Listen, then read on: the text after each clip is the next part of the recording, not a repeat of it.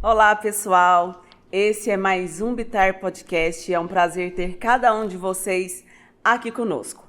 Como de costume, essa nossa conversa é mais um diálogo inspirador e a nossa pauta de hoje é sobre a Agenda 2030. Se você tem curiosidade para saber o que é essa agenda, fique com a gente, vamos mergulhar aí nessa perspectiva de um futuro melhor, onde cada cidadão poderá contribuir de forma positiva para uma sociedade melhor. E é por isso que hoje nós estamos aqui com o Arthur Rosa, ele que é engenheiro ambiental com pós-graduação em governança corporativa socioambiental. Opa!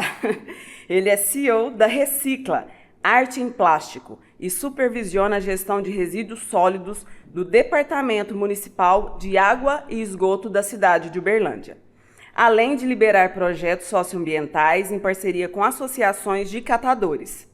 Ele também supervisiona as ações do Departamento Municipal de Água e Esgoto em relação aos objetivos do desenvolvimento sustentável da Agenda 2030 da ONU. Seja muito bem-vindo, Arthur. Muito obrigado, é um prazer estar aqui com vocês. Que bom.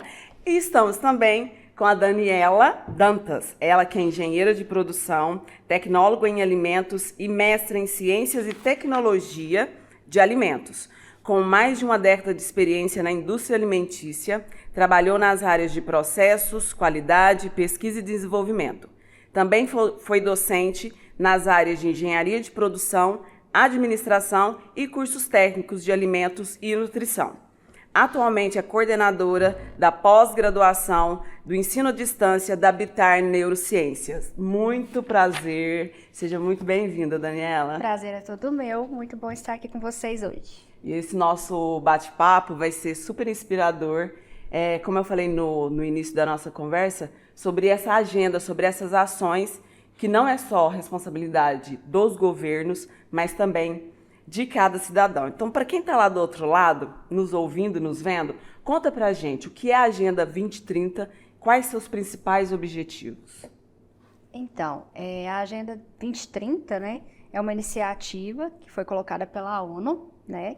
Ela traz 17 objetivos. Esses 17 objetivos se desdobram em 169 metas e cada um desses objetivos, né, tem as suas diversas especificidades, com o intuito, né, de trazer, de fomentar a sustentabilidade. O que é essa sustentabilidade, né? Ela é composta por 3 pilares. Então, a gente tem que lembrar que sempre quando a gente fala de sustentabilidade, a gente pensa no verde, no meio ambiente, ecossistema, tá?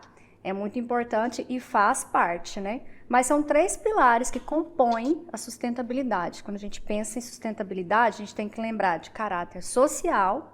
Então, a gente está falando de pessoas. A gente tem que lembrar do caráter econômico. Então, tem que ser fomentado também a economia, quando a gente pensa em sustentabilidade. E, por fim, o pilar ambiental. Então, são 3 pilares formando esse conjunto aí que compõe a sustentabilidade em si. Então, a ONU trouxe esses 17 objetivos com essas 169 metas, tá, pessoal? Para poder fomentar essa sustentabilidade, que é o conjunto desses 3 pilares. Aí, para trazer, né, esse conjunto aí, né, em voga, a gente tem diversas iniciativas, né, nessas 3 frentes principais. Arthur, e aí a gente sabe que essa Agenda 2030, ela tem um prazo para ser cumprida, é isso? E aí, a gente está perto de atingir todas essas metas, falta muito para... São 169 metas, Daniela? São. Dentro desses 17 objetivos. Você que atua aí na frente social, também junto com o poder público, como que está esse patamar? Estamos perto de atingir essas metas, muito distante? Já que a gente tem 15 anos, já se passou um bom prazo aí. Como que está essa perspectiva? Eu vejo muito que a ONU, junto com os países que fizeram a Agenda 2030, ela determinou os caminhos, ela determinou ações, diretrizes para que a gente possa se organizar e fazer aqueles objetivos, aquelas metas serem cumpridos.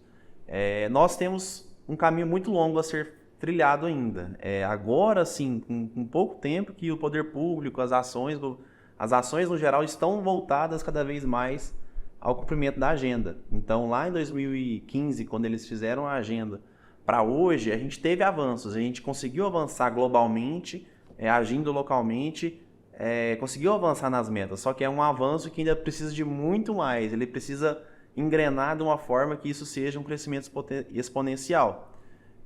Atualmente, o poder público ele tem tentado cada vez mais colocar nas suas ações baseadas na Agenda 2030, só que ainda precisa de muito avanço, precisa da comunidade, da população, da sociedade entender que realmente é necessário se voltar para as ações para ter um desenvolvimento sustentável.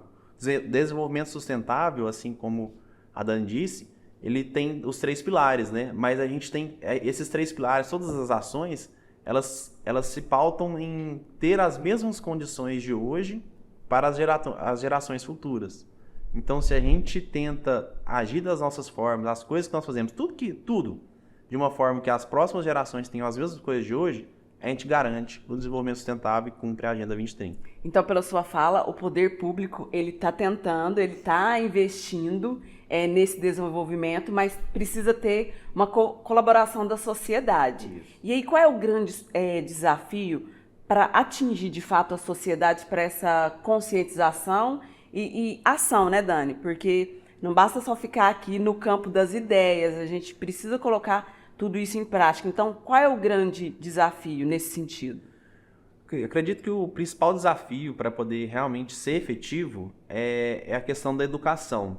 Só que a educação naquele final da palavra, o ação. Então a gente precisa educar, a gente precisa ensinar, a gente precisa mostrar as coisas, só que principalmente as pessoas têm que ter ação.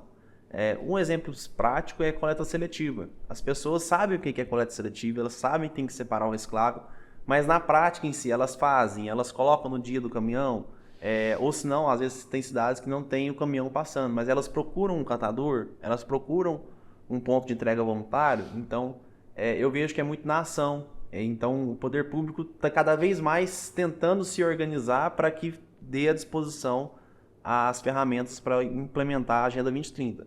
Mas é preciso ter ação, é sensibilizar, é buscar informação, divulgar conhecimento, fazer esses bate-papos para poder cada vez mais as pessoas saberem que existe isso, e é preciso fazer, senão a gente não vai ter um desenvolvimento sustentável. A gente às vezes vai chegar num ponto que as futuras gerações vão estar comprometidas com as nossas ações de hoje. Então são ações básicas, né, Dani? Básicas. E aí, esse exemplo que o Arthur traz da questão da coleta seletiva, eu moro em condomínio, então é uma coisa assim que tem uma demanda muito grande da síndica do meu condomínio sobre a conscientização de colocar cada produto ali, né, cada material no seu lugar. A gente fica pensando, gente, mas já foi tão falado, né, na própria escola, né, quando a gente fala de educação básica, a gente vê isso na propaganda, a gente vê isso no material, né, nas placas,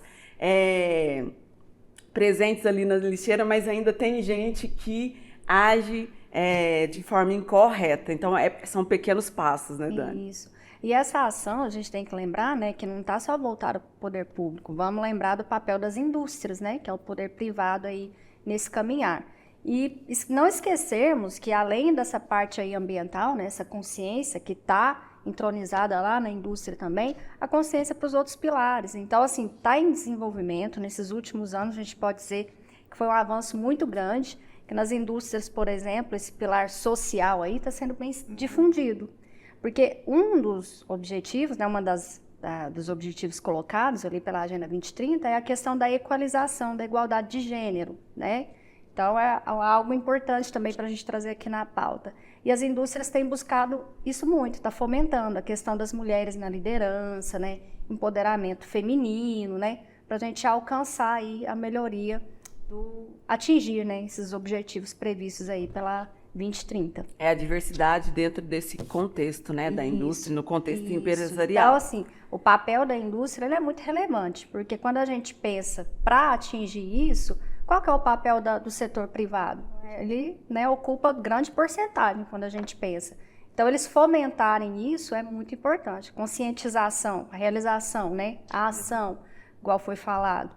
Então, tá nesse viés aí, não buscar só a parte ambiental, que também ela tem um poder muito grande, mas os outros viés também. Ô Dani, e aí o Arthur trouxe a experiência dele, os desafios ali junto ao poder público. Na indústria, você tem uma larga experiência, né, de anos à frente de processo, de qualidade, de pesquisa, em vários âmbitos ali na indústria. Quais foram os grandes desafios que você enfrentou, os grandes desafios que você percebeu na questão do desenvolvimento da Agenda 2030? Um grande desafio, não diferente da comunidade, é essa questão da conscientização lá dentro da indústria, né, da empresa.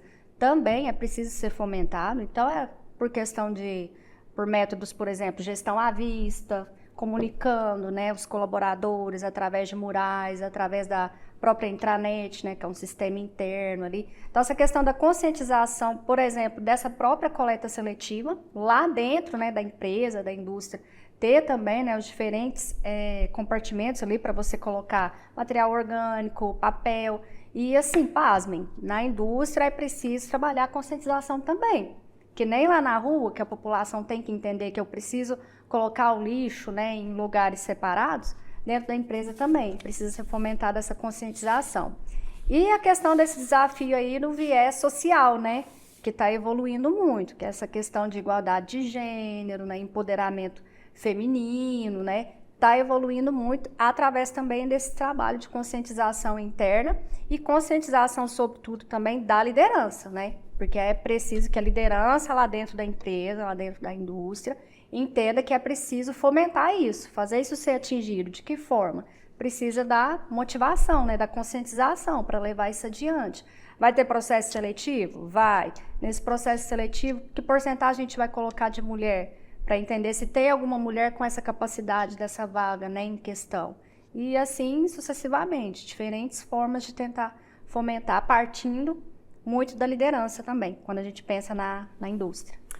Arthur, você que está no poder público, né, à frente aí de várias ações, existe essa parceria do poder público com as indústrias na questão do desenvolvimento dessas ações? E como que funciona isso? Aí eu queria também ouvir a Dani nessa perspectiva. Como que se estabelecem essas parcerias e o que tem sido feito? Isso é muito importante, porque hoje a gente tem uma visão de que o poder público ele é carrasco, ele é ferrenho. Ele é o papel dele determinar as leis, as normas, os regulamentos, para que as indústrias, as empresas consigam trabalhar de uma forma adequada de acordo com o contexto. O contexto é a Agenda 2030. São ações de promoção, de redução de recursos, promoção de melhor eficiência. Então, a gente tem tentado fazer ações de regulamentação para poder que as indústrias e as empresas consigam trabalhar de uma forma mais eficiente. Nessa parte de resíduos é onde que eu tenho mais atuação, mas para contextualizar, hoje a gente tem um plano nacional de resíduos que prevê que a indústria tem que agregar dentro do seu produto um percentual de material reciclado e não de matéria virgem. E esse percentual ele vai aumentando gradativamente, igual está nesse plano do governo federal. Então, o que isso tem de novo, de inovador? A necessidade da indústria se adaptar, de promover uma gestão mais eficiente, tanto em redução de perdas. Por exemplo, tem um determinado produto que, para você produzir ele, você tem um descarte X de quantidade, uma perca de quantidade de material. Então, tentar se adequar esses produtos para ter menos descarte possível e daquela matéria-prima que utiliza-se, fazer isso de material reciclado. Então, é essa convergência que a gente tem que tentar procurar no país, das indústrias com o poder público. E tem melhorado. A gente tem observado muito que as iniciativas estão convergentes, as pessoas estão procurando cada vez mais esse desenvolvimento sustentável. O poder público também tem um papel muito importante de ser um catalisador, de procurar as indústrias e oferecer todo aquele know-how que ele tem e todo aquele tempo que ele tem para poder ajudar as indústrias de alguma forma. Então, seja em metodologias de reuso de água, de redução de eficiência, de redução de perdas de água, melhoria de eficiência do processo. Então, cada vez mais as ações do poder público têm se voltado a ajudar a indústria a ser mais eficiente. Tem muitas pessoas que veem que é impositivo, mas tem que tentar ver o outro lado da moeda, que é dar o caminho, dar o norte para poder que ela seja mais eficiente, cada vez mais promova o desenvolvimento sustentável.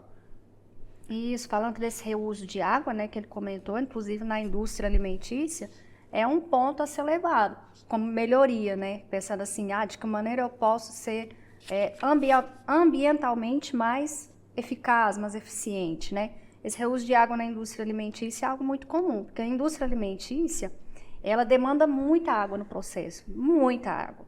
Então, acaba que ela gera muito efluente, muito.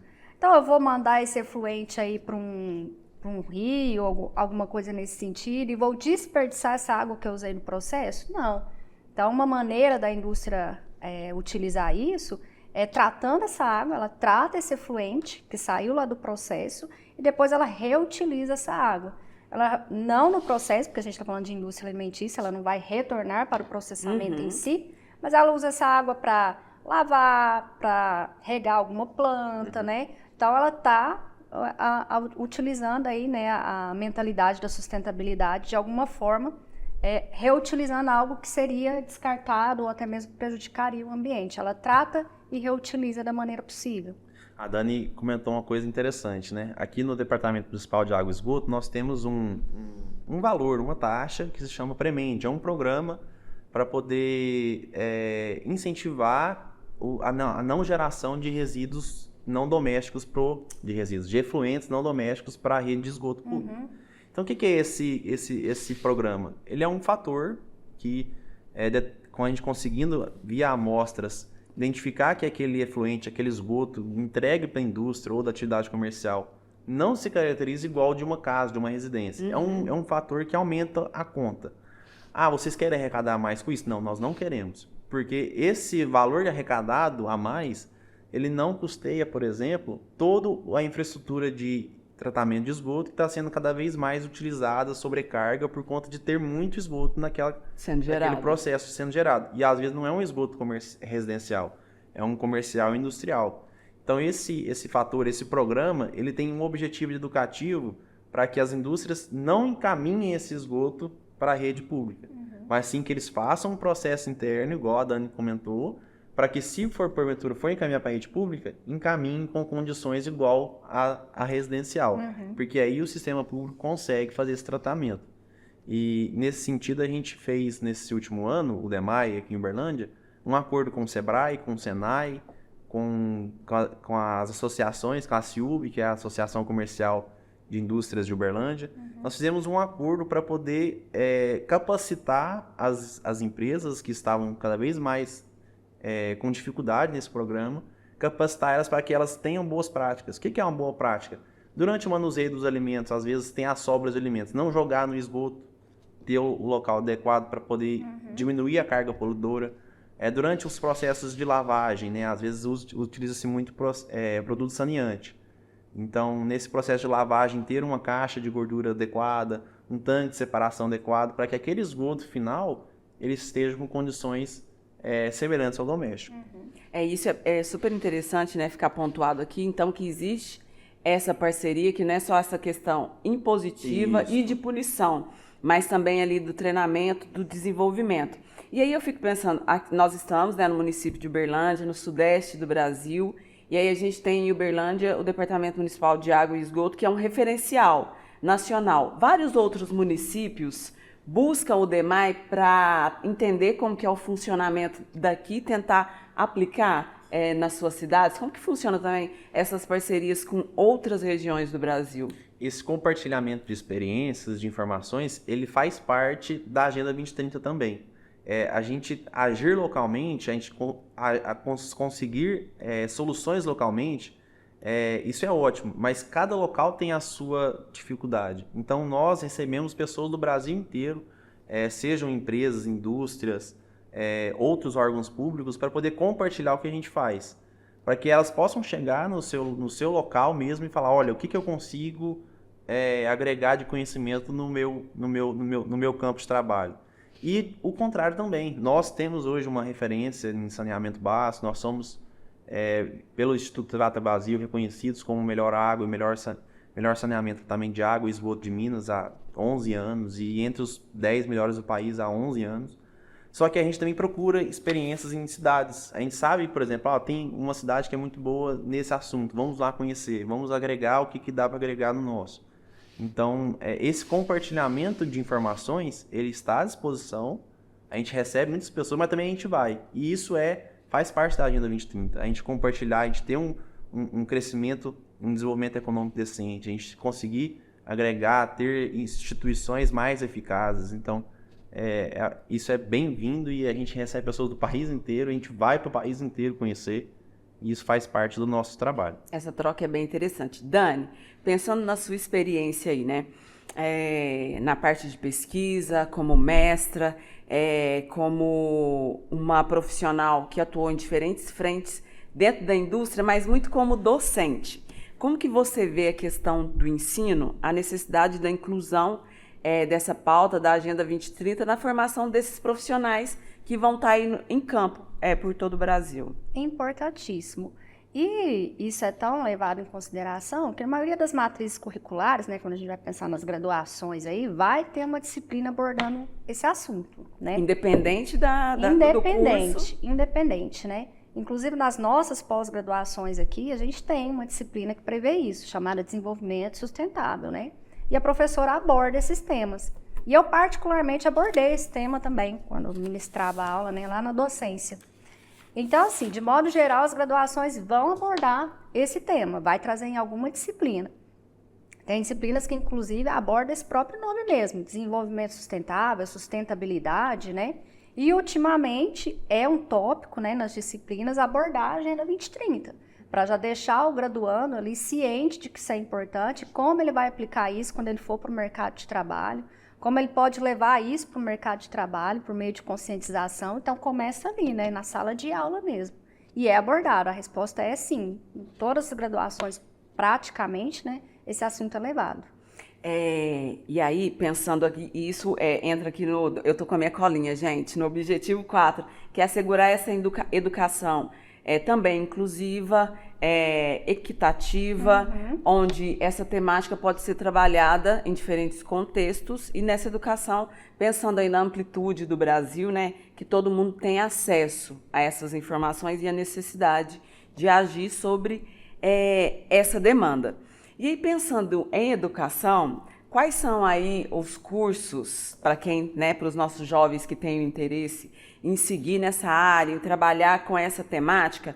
Quais são as áreas aí do ensino onde eu posso adentrar o mercado de trabalho a partir dessa experiência profissional e educacional? Quais são os cursos que eu posso apostar aí para trabalhar nessa área da sustentabilidade e na área do meio ambiente? A própria engenharia ambiental, né? Que temos aqui o Arthur. Que nós temos o Arthur como exemplo, ou as demais graduações, né? Mais os voltados mais para gestão, a gente pode dizer que vão ser mais característicos para isso, né? Uma administração mesmo que seja, né? E aí o que o graduando pode fazer? No caso, graduado já, se especializar, né? Em alguma coisa voltada para isso aí, fazer uma pós-graduação, de repente até mesmo um mestrado, voltando para essa gestão ambiental aí. Então, a gente tem as graduações específicas, mas também o graduado pode se especializar. Eu tinha falado no começo, no começo aqui do nosso episódio, que a nossa conversa seria inspiradora. Então, para inspirar os nossos jovens, de onde partiu o seu interesse? Foi a engenharia ambiental sempre foi o curso que você mirou e falou, eu vou ser engenheiro ambiental. E a mesma coisa para você, Dani. De onde veio o seu interesse na sua graduação? Olha, meu interesse veio a partir ali do ensino médio. Eu comecei a pensar assim, eu tenho que fazer uma graduação que depois eu vá aplicar no mercado de trabalho, na indústria que eu tinha interesse. Já tinha trabalhar esse interesse. Nessa área de processo, alguma coisa nesse sentido. E quando veio a possibilidade, né, de eu passar na minha primeira graduação federal, que foi na área de alimentos, eu realmente me encantei pela área de alimentos. Aí eu pensei, não, vou dar sequência aqui, depois vou fazer uma pós-graduação, vou seguir nesse rumo aí de melhoria de processo, que foi onde eu fiz a engenharia de produção. Então, partiu ali, depois do ensino médio, dessa possibilidade de pensar em entrar numa grande indústria. Aí eu fiz na área de alimentos, a primeira graduação, já estando na indústria, eu pensei, agora eu vou para a área de engenharia para conhecer mais de processo. E depois me encantei para a área da docência, quando eu comecei o mestrado. Não, então tem possibilidade também de eu levar o meu conhecimento, tudo que eu já vivi, para a docência. Aí foi onde eu, a partir do mestrado, entrei nessa área acadêmica também. Então, ó, pessoal, não necessariamente você vai pensar, vou fazer um curso, vou me graduar, me especializar para ficar só na indústria, né, numa área específica. Não, tem diversas possibilidades aí, até mesmo uma docência, se vocês tiverem essa vocação.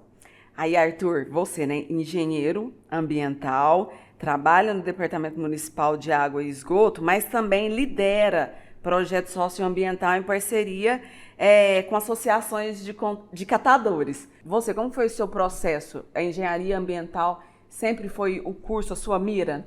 Isso é interessante. A Dani, ela teve um processo de procurar informação, de saber o que ela queria e tudo, né? Eu tive o processo do exemplo. Meu pai é engenheiro, meu irmão começou a fazer engenharia. E eu falei assim, eu gosto de número, eu gosto de fazer as coisas, então eu vou de resolver problema, então eu vou para engenharia. Aí eu fui me encaixar, qual engenharia que eu vou fazer? Eu procurei a produção, não quero mexer com processos, não quero mexer com máquinas, com equipamentos. Então, eu fui procurando aquilo que eu gosto. O que eu gosto? Eu gosto de ir para a fazenda, eu gosto de meio ambiente, eu gosto de procurar qualidade de ar, de água, eu me interesso por isso. E aí eu fui procurando e decidi, então, pela engenharia ambiental. Isso no primeiro ano do colegial. Então, eu fui um pouco precoce nessa decisão. Mas que bom, porque eu pautei toda a minha educação para tentar chegar no processo seletivo de engenharia ambiental. Quando eu consegui entrar e na minha graduação eu fiquei encantado. Foi realmente a melhor escolha que eu fiz. Hoje eu sou apaixonado pela profissão. A gente vai se moldando durante a graduação. Então, às vezes a gente quer especializar num determinado tipo de assunto, a gente acaba indo para outro. E a engenharia ambiental é muito ampla. Então, eu tive questão de saneamento básico, água, esgoto, questão de resíduos sólidos, que é onde eu trabalho hoje. Tem inúmeras outras ações, por exemplo, a recuperação de águas degradadas, proteção na própria indústria, com a qualidade, com indicadores. E assim, é um processo que a gente tem que se conhecer, o aluno, o jovem, o adolescente, ele tem que se conhecer, o que eu gosto, onde eu me vejo fazendo alguma coisa daqui 5 anos, 10 anos. Às vezes, um horizonte muito longe é muito difícil, mas daqui 5 anos, o que eu gosto de fazer, o que eu quero fazer? Porque tem possibilidades de mudanças diárias, né? Hoje, se você está vocacionado a uma ação, talvez daqui 10 anos, com sua experiência, com a bagagem de vida, você pode procurar outra, não tem problema nenhum. Então, hoje eu estou no poder público, sou apaixonado pelo que eu faço, estou a serviço, então é uma coisa que me deixa feliz. Talvez daqui 10 anos, eu vou ficar feliz com outra coisa, então eu procuro me migrar para outra ação. Eu acho que essa questão do vocacionário é isso. E em relação ao que eu faço hoje, eu trabalho com o poder público ajudando, fazendo a gestão pública da coleta seletiva, a gestão pública das associações de catadores e conheci esse universo dos catadores. Então, nesse universo dos catadores, eu vi o tão importante que é capacitar esses entes, esses agentes ambientais da sociedade. E, particularmente, propus ajudar eles. Então, consegui fazer projetos para eles, escrever ações, projetos. A gente conseguiu subsídios via editais, via outros financiamentos. Conseguimos equipamentos, conseguimos máquinas, conseguimos tirar, às vezes, as pessoas que estavam com dificuldade da inércia. E isso a gente vê, se eu comparar um universo de uns 4 anos atrás com hoje, o que eles trabalham, o que eles fazem, é um trabalho decente muito melhor, é um trabalho digno, que são objetivos do desenvolvimento sustentável. Hoje, as associações de catadores, eles conseguem trazer o associativismo e o cooperativismo para dentro das suas ações. Então, a gente trabalha com esse modo de operação bem mais junto, bem mais coletivo. São muitas mulheres, a maioria são mulheres que trabalham nessas ações, que são as pessoas, são aquelas pessoas que entendem que é melhor trabalhar coletivamente do que sozinho. E isso que é o importante, as pessoas se capacitarem, procurarem estar juntos para poder desenvolver um trabalho bacana. Com os catadores, eu vi a oportunidade de incentivar mais ainda o trabalho deles. Então, eu mais um amigo, estamos investindo na Associação de Catadores, fazendo um processo de reciclagem mesmo. O que é reciclagem? Transformar um produto em outro. Então, nós fizemos um produto, até trouxe para mudar. Isso aí vem acabar, né, o Bia, colaborando para um dos objetivos aí da agenda, que eu diria que é até um objetivo muito audacioso, mas é um dos mais importantes, que é a questão da erradicação da pobreza, né? Então, nesse sentido aqui, ó, que o Arthur está trazendo, né, para a população um trabalho digno, fomentando uma forma dele ter um ganho, né, que vai acabar colaborando para esse objetivo aí, que é um dos mais importantes da agenda.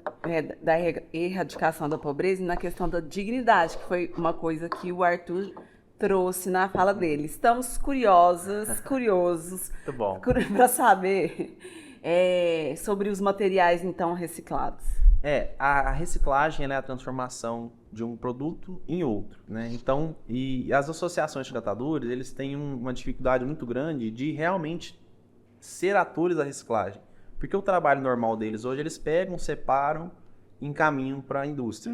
Ótimo, a indústria tem que ter esse papel de trazer esse material reciclado no seu produto.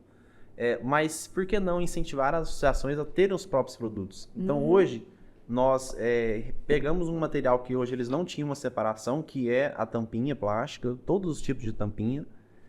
Pegamos essas tampinhas dos catadores, damos um recurso melhor para eles por esse produto.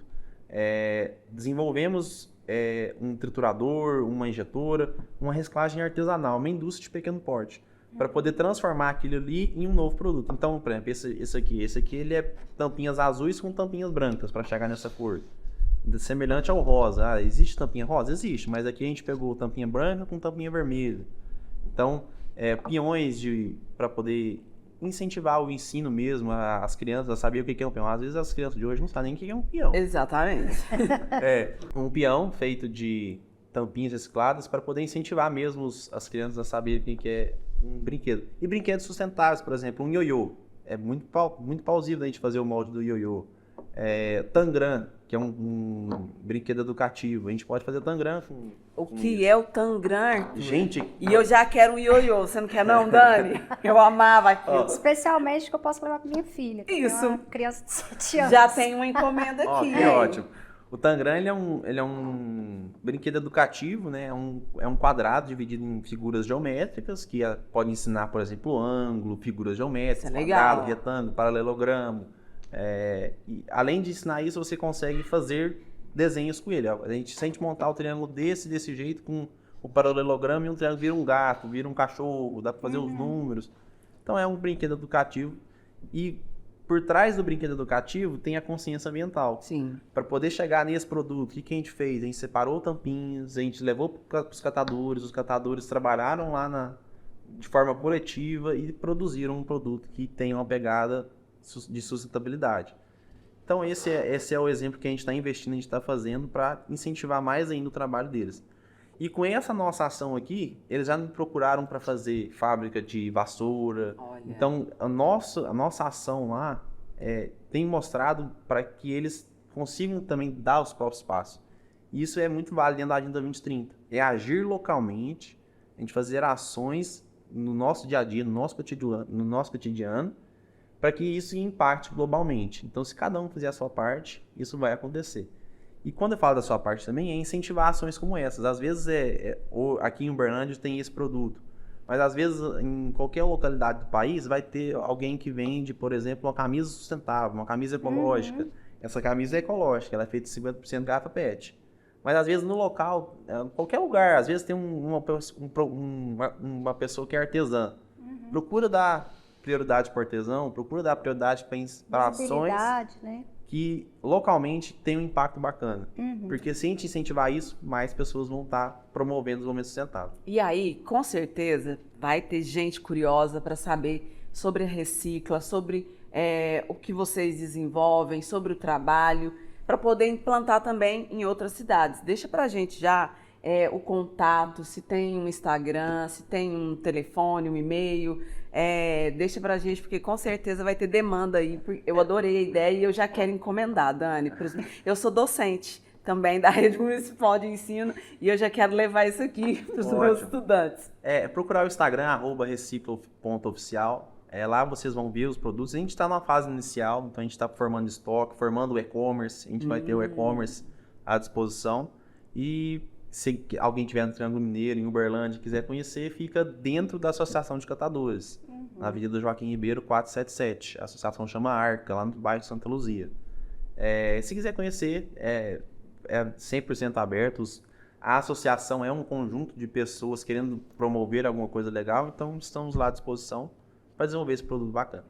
Dani, você já falou duas coisas interessantes aqui dentro da Agenda 2030, que não é só sobre preservação ambiental, sobre preocupação com a mudança climática, mas você falou sobre erradicação da pobreza e sobre a questão da implementação, né, da diversidade, principalmente no ambiente de trabalho, com mais mulheres na liderança, no sentido da educação. Eu entendo também que mostrar para as garotas que é possível cursar uma engenharia, que é possível se tornar uma CEO, que é possível se tornar uma liderança. Teria alguns outros exemplos dentro da Agenda 2030 para a gente conversar, que você gostaria muito de mostrar que não é só essa pauta da preservação ambiental?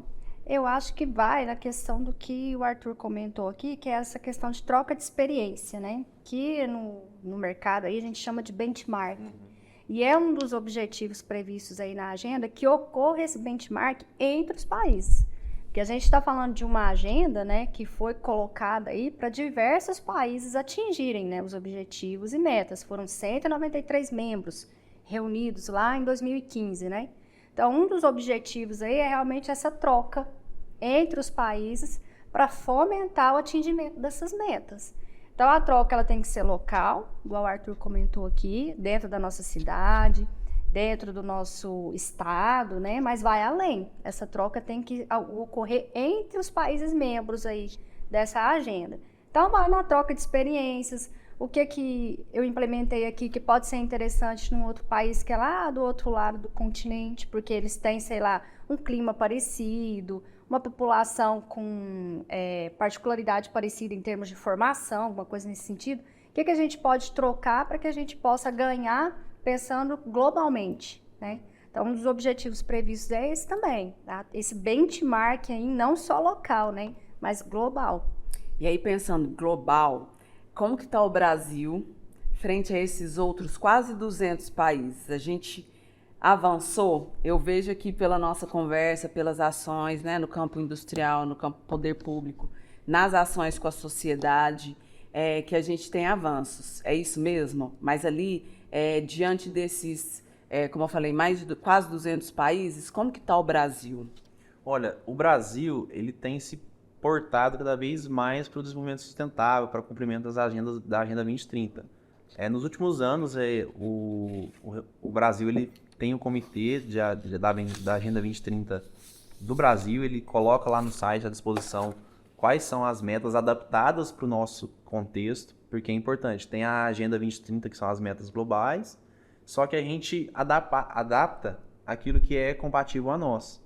Então, a gente tem lá a publicação do governo federal sobre essas ações e tentando também ver quais indicadores que a gente está bom, que a gente está razoável, que a gente está ruim. Todos eles estão divulgados lá no site do Brasil ONU. Então, nós estamos caminhando cada vez mais, isso é importante, mas a gente ainda tem muito a galgar. Se nós compararmos, por exemplo, os países europeus, a América Central, lá a América do Norte, então a gente tem muito a galgar, mas a gente está caminhando, isso é importante. E a gente pode citar aí que um ponto que pode ter impactado muito, né, acreditamos, foi a pandemia, né? No meio desse percurso aí, ela apareceu, a agenda foi né, negociada, foi reunida ali, os países membros em 2015, tivemos esse impacto aí, então alguns percalços aí aconteceram para também atrapalhar, né, o atingimento dessas metas aí.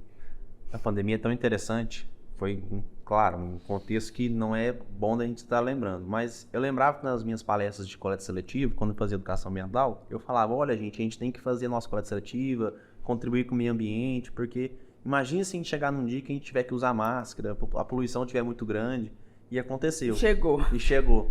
E assim, a gente teve alguns casos de lugar, quando a gente estava naquele fique dentro de casa, tudo no mundo inteiro, teve casos que os animais voltaram para a cidade, a poluição da atmosfera diminuiu drasticamente. tem muitos estudos que mostram que esse estar dentro de casa e liberar a natureza para se cuidar, ela realmente se cuidou, se regenerou. Então, olha o potencial que nós temos de ajudar a natureza a se regenerar. Se ela consegue, sem a nossa ação, se regenerar, imagina se nós estivermos ajudando. Então, a gente consegue fazer um trabalho bem bacana, que é o desenvolvimento sustentável da ONU. Aí, essa fala sua me traz uma questão aqui, Arthur, sobre a tecnologia para o desenvolvimento da Agenda 2030. E aí, o patamar do Brasil, né? Vocês trouxeram que a gente está evoluindo, mas quando comparado a outros países, a gente ainda pode melhorar. Como vocês veem o uso das tecnologias nesse avanço das pautas da Agenda 2030? Eu vejo que é muito importante, tanto por compartilhamento de experiências. Então, hoje a gente tem um acesso à informação muito fácil, está na palma da nossa mão. Então, a gente colocar um pouco do nosso dia a ser produtivo, procurar ações, procurar saber o que o mundo está fazendo. Essa própria iniciativa aqui não é invenção minha, é uma experiência traga lá da Holanda, que espalhou na Europa inteira, no mundo inteiro, e a gente está trazendo para cá. Então, é a gente procurar informações mesmo, é procurar que as pessoas estão cada vez mais divulgando e mostrando como se faz. E também na indústria, talvez a Dani tenha mais a falar, mas a indústria ela tem um potencial muito grande de agregar essa tecnologia e de colocar o jovem, o especialista, a ter o entendimento daquilo. Tendo o entendimento daquilo, ele consegue propor inovações. Talvez a Dani tenha mais a falar sobre isso. Isso, essas tecnologias são tragas por meio desse benchmarking aí que eu comentei, né? Quando eu trabalhei na indústria, eu trabalhei particularmente numa multinacional. Então, assim, as evoluções, né, de muitas coisas, tendências, por exemplo, através de maquinários, equipamentos mais evoluídos, talvez começam lá fora, né? Essa multinacional particularmente tem a matriz nos Estados Unidos, então pode ser que alguma coisa inicie lá, né? Uma tecnologia, por exemplo, tratamento de efluente, que eu comentei. O site aqui de Uberlândia, né, a fábrica dessa empresa que fica localizada aqui em Uberlândia, reutiliza a água do seu próprio efluente. Então, ela reutiliza para lavar piso, né? N coisas que nós precisamos dentro de uma indústria alimentícia. E essa tecnologia para esse tratamento, inclusive eles utilizam uma membrana específica lá para fazer uma filtração, para essa água ficar mais adequada ainda, iniciou lá na matriz. Então, essa matriz trouxe isso aqui, né, para nossa indústria local, aqui na nossa cidade, para que isso fosse multiplicado. Então, vem por meio dessas trocas, né? Então, a tecnologia pode ser que ela comece mais avançada em outras unidades, em outras regiões, em outros países. Acontece essa troca para trazer essas tecnologias, né? E assim, como eu disse, o nosso papo ia ser muito inspirador. A gente falou, então, sobre alguns pontos da Agenda 2030 para um desenvolvimento mais sustentável, mais digno, passando aí pelos pilares, como a Dani trouxe, social, econômico, ambiental, que não é só uma questão de ações do poder público, mas também da indústria, das instituições e da sociedade civil. Teve também um ótimo exemplo aqui da Recicla, da qual o Arthur é CEO, que eu estou assim, encantada com os peões aqui. E com o ioiô, o Arthur está devendo para a gente um ioiô, já fica aqui, né, essa cobrança. Eu agradeço muito pela participação de vocês, com certeza vai inspirar muitos nossos jovens. E se vocês tiverem um recadinho final, podem ficar à vontade.